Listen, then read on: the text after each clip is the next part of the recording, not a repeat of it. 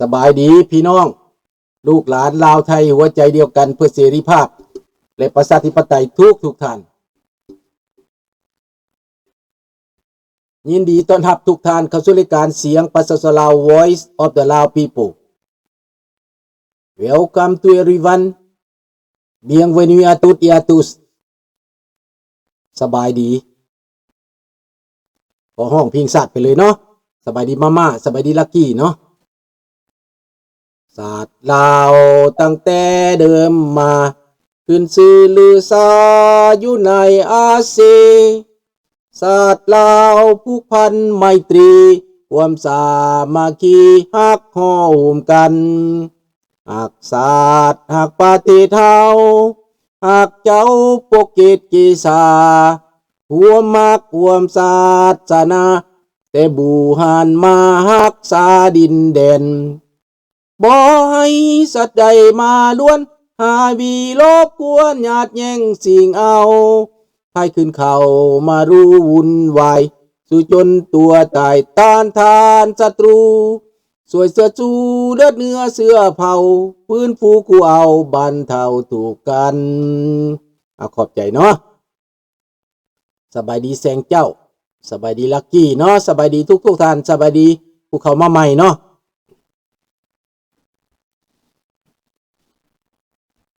มื้อนี้ข้าพเจ้าไปฟังพวกผู้แทนลาวเว้าในสภาเด้บอกว่าพนักงานมาการว่าซั่นมาเอาแต่อยากมา8 โมงก็มาอยากมา9 โมงก็มาอยากมา10 โมงก็มาพนักงานลาวไปเหตุการณ์เด้อรัฐการลาวไปเหตุการณ์บ้านเมืองเจริญย้อนพวกนี้ได้9 โมงก็มา10 โมงก็มา11 โมง12 โมงเลิกแล้วไปเลยไปห้องการก็ไปจอบเบิ่งซื่อๆไปจอบว่าตัวเองเป็นห้องการเด้ว่าตัวเองมีการทำเป็นพนักงานเป็นข้าราชการสบายดีบีพรลุงสุนทราข้างบ้านผมมีคนลาวมาอยู่เขาร้องเพลงชาติลาวเด้อลุงเพลงคุณร้องนั่นแหละโอ้ขอบใจเด้อ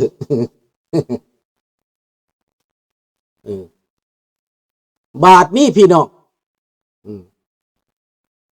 แล้วพนักงานเหล่านั้นว่าจังไดสบายดีตาพนักงานของคนลาวตอบว่าบ่มีเงินค่าน้ำมันไปการมื้อใดบ่มีเงินค่าน้ำมันก็บ่ได้ไปมื้อใดมีเงินค่าน้ำมันก็ไปจอบเบิ่งว่าซ่านเจ้าสบายดีเมืองลาวได้นี่ได้ประเทศที่มันเจริญได้ประเทศฉลาดส่องใสได้พี่น้องนอกจากนั้นแล้วสบายดีฟ้าใสสบายดีท่านประดิษฐ์เงินเดือนก็ติดหนี้อีกว่าซั่นนางวลีวัดเวียดสะพงว่ามันบ่แม่นแนวไปติดเงินเดือนจ่ายทุกเดือนก็ยังบ่พอกินอยู่แล้วอัน2 ล้านปลายนั่นนางวลีวัดสะพงว่ามันบ่แม่นแนวไปติดเงินเดือนว่าซั่นก็แม่นความอยู่ขนาดอยู่นี่นะเขาเบิกทิศหนึ่งเบิกเทื่อหนึ่งเพื่อจะได้ไปตลาดตะลีแรงวันประหัสเขาเบิกแล้ววันประหัสเขาเบิกแล้วแล้วก็ไปแตกไปตลาดวันเสาร์วันอาทิตย์แรงวันศุกร์เขาไปตลาดสบายดี AI เขาจะได้ซื้อกินเขาจะได้เลี้ยงลูกเลี้ยงเต้าเขาอันนี้ว่าเงิน2 ล้านว่าซั่นติดหนี้ไว้5-6 เดือนก็บ่ได้ลังคน3-4 เดือนก็บ่ได้เพิ่นติดหนี้เพิ่นบ่มีเงินต่างประเทศบ่เอาเงินช่วยเหลือมาเพิ่นก็บ่มีเงินบางเทื่อเพิ่นอาศัยเงินจากยุโรปบางเทื่อเพิ่นอาศัยเงินจากฝรั่งเศสบางเทื่อเพิ่นอาศัยเงินจากอเมริกาประเทศเขา donation เงินเขาช่วยเหลือมาเพิ่นเอาไปเฮ็ดเงินเดือนพนักงานเบิ่งดูบักโคกทองรุ่นกับบักโคกสอนใสที่จริงแล้วมันบ่ไปงานมันบ่มีค่าน้ำมันรถกับเงินเดือนบ่พอกินพอใช้มันจะเป็นไปหาปูหาปลามันจะเป็นไปเฮล่ามันจะเป็นไปค้ายาเสพติด มันจะเป็นไปหลักไปซุกมันจะไปโลภไปเลี้ยวมันจะเป็นไปขูดทีดเอาไปหาเงินนอกโต๊ะกล้องโต๊ะท่านเป็นพนักงานก็ใช้อำนาจอันนี้เขาเว้ามาแนวนั้นแล้วมันเป็นประเทศได้แนวใดอันนี้นะอันนี้บ่สิเจริญอันนี้บ่สิหลุดทุกข์ยากขนาดสิเป็นประเทศออกจากการทุกข์ยากปีนั้นปีนี้ป่านนี้ก็ยังนักหนาเข้าไปเต็กๆพี่น้องนี่แหละป่านนั้นมันยังรับตาเมาป่านมีกินผึ่งอยู่ในอำนาจหน้าบ่อายหน้าด้านหน้ามึนหน้าทนหน้าเหลื่อมบ่เคยเห็นผู้ใดหน้าเหลื่อมคือบักทองรุ่นพี่น้องมันหน้าเหลื่อมหน้าด้านอยู่ในอำนาจบ่อายว่าตัวเองบ่มีความสามารถบ่อายว่าตัวเองบ่มีความสามารถที่จะเปลี่ยนแปลงจะพัฒนาตัวไปเป็นวันๆผู้แทนเขาเว้าถูกและเขาเว้าตรงและเขาเว้าจริงและก็ยังบ่อายเด้ขายหน้าไปทั่วบ้านทั่วเมืองเป็นผู้แทนได้เว้าได้สบายดีทับทิมเขาเรียกห้องขอให้ขึ้นเงินเดือนเป็นไปได้บ่ได้แต่ว่าขอขึ้นเงินเดือนเป็นไปได้บ่ให้จ่ายทุกเดือนเป็นไปได้บ่นายทองลุนกระบบปากนายลูกไกรสอนเป็นหยังใส่สมพรกับพังไปซั่นแหละนั่งเขาเมาอยู่หั่นแหละอีปานี่ควายตู้กับมืนตาเมาอยู่นั่นแหละสบายดีสอนครูสอนก็พอได้ตัวเอาเงินผักหลัดซื้อลุงนักเรียนมอยังอ่านหนังสือบ่ออกทางนี้นะมันเป็นตะนายอีหลีใดมันล่าหลังอีหลีใดสอนเลยแม่นบ่น้องจันทวีตั้งแต่สมัยพวกอ้ายนี่พวกลุงนี่นะจบป .6 เว้าภาษาฝรั่งเศสเป็นแล้วอ่านภาษาอังกฤษเป็นแล้วจบป .6 ได้สามารถเว้ากับฝรั่งได้แล้วจบป .6 นั่นฮอดมัธยม2ยม3นี่โอ้ยเก่งปัญญังแล้วมื่นตาเมาคือควายแม่นบ่มันบ่มีให้เงินเดือนตลอด50 ปีสบายดีน้องธนพรจังซั่นและการศึกษามันจะบ่ไปบ่มาคนลาวจังบ่ฮู้จักหน้าจักหลังมันย้อนการศึกษาสบายดีพรศักดิ์มันโพดอีหลีใด50 ปีก่อนนะการศึกษาก้าวหน้าเงินเดือนพอกินพอใช้ทหารสั้นผู้น้อยสวัสดีพรศักดิ์เงินเดือนสั้นผู้น้อย 10,000 กีบลุงไปเข้าทหารทิมไปเข้าทหารทิมเขาให้ 9,000 เดือนหนึ่ง 9,000 คันออกแนวหน้าเขาให้2 เท่า 18,000ได้ 9,000 นั้นหมายความว่า20,000ซื้อควายได้ตัวหนึ่งควายแม่สาวได้ตัวหนึ่งและ20,000 กีบนี่ข่าวนั้นน่ะรถถีบก็มีเท่าใด25,000 กีบรถถีบรถจักรยานนี่นะ25,000 กีบ20,000 กีบเห็นบ่ประชาชนมันสบายได้มีเงินได้ชาวบ้านมีเงินเป็นล้านก็มีหลังคนเก็บเขาบ่ไปไว้ฮอดธนาคารนะชาวบ้านนะเขาเอาไว้อยู่ในบ้านบางคนใส่หมอนไว้บางคนใส่หีบไว้เขามีเงินแต่ว่าพวกปฏิวัตินี่เข้ามามันปุ้นเขาปุ้นครั้งที่1เอาเงินกีบเวียงจันทน์ไปจนหมดไปจู่ทิ่ม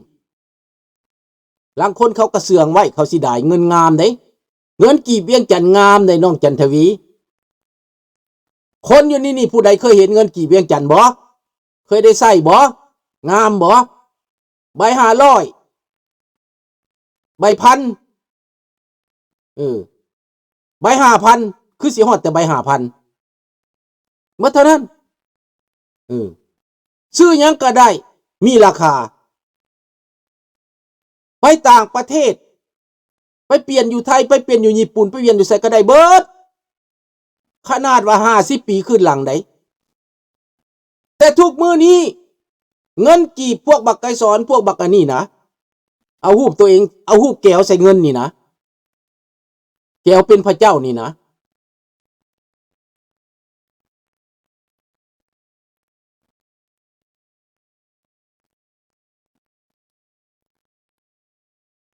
ดังนั้นพี่น้องเงินกีบมันคู่มือนี้ใส่บ่ได้ไปประเทศใดเขาก็บ่อยากเอามามันเอาหลักสูตรภาษาลาวไปอยู่เมืองแก้วแล้วเพราะว่ามันสิให้คนแก้วเป็นลาวเด้เห็นบ่เงินกีบมันเขาบ่ฮู้ทั่วโลกนี่นะแต่เงินกีบลาวเฮาสมัยก่อนทั่วโลกฮู้จักด้านบ่ด้านแหละบ่มีไผเอาลูกไผมาเป็นเมียตัวเองดอกแม่นแม่นสอนมันหน้าด้านหน้ามึนบ่อายโลกเขาโพดอีหลีใดขนาดว่าสมัยก่อนมันบ่ทันสมัยแต่ว่าประเทศลาวเวียงจันทน์มีไฟแดงไฟสต็อปไฟแดงไฟเขียวนี่นะไฟสัญญาณ3 แยก 4 แยกนี่เริ่มมีเขากำลังเริ่มเอามาตั้งในลาวมีถนนอยู่บนใดที่รถขับข้างเข้ามาตั้งไฟแดงใส่เจริญก้าวหน้าแต่พุ่นแต่ว่าพวกมันมาแต่ป่านี่บ่ฮู้จักไฟแดงแล่นลวงเลยต่ำคนตายตะพื้อทางขึ้นมันก็ลองทางลองมันก็ขึ้นเพราะว่ามันเคยขับในป่ามันบ่เคยขับในเมืองสมกับว่ามันเป็นคนป่าคนเถื่อนแท้ๆเห็นบ่ล่ะเขียนหนังสือเมื่อบ้านก็อีพ่อเอ้ยเฮาขี่รถถีบเป็นแล้วเด้อนั่นได้แต่เท่านั้นแหละพวกนี้นะพวกนี้หมายก็ว่าทวงดึงความเจริญเฮ็ดให้บ้านเมืองนี้ตกระกำลำบากตกต่ำล่าหลังตั้งแต่ก่อนประเทศลาวนี่คนไทยเขานิยมคนอีสานก็นิยมมาเมืองลาวมาหางานทำอยู่เมืองลาวมาอยู่เมืองลาวไปอยู่ประเทศลาวเพราะประเทศลาวสบายเห็นบ่การทำมาหากินหาปูหาปลาเข้าดงเข้าป่าชาวดินดอนตอดหญ้าอยู่ได้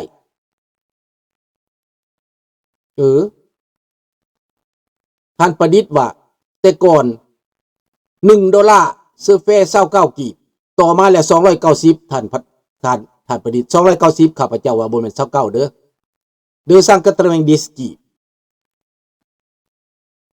$1ต่อ290เดี๋ยวนี้$1ต่อ 20,000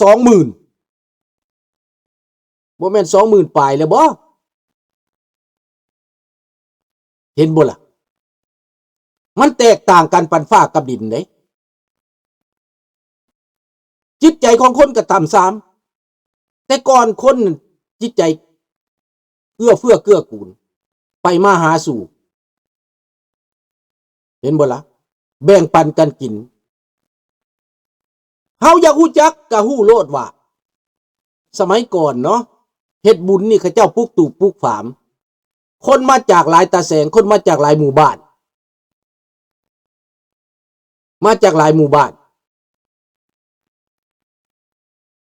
ครูบาอาจารย์มาเขาเจ้าปลูกฝามปลูกตูปสมมุติว่าบุญบั้งไฟบุญพระเวทจังซี่นะ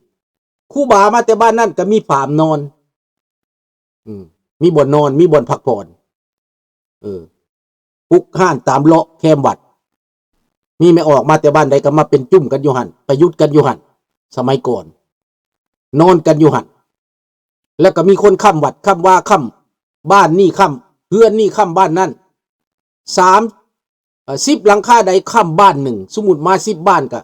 มี10 จุ่มเดี๋ยวนี้$1เท่ากับ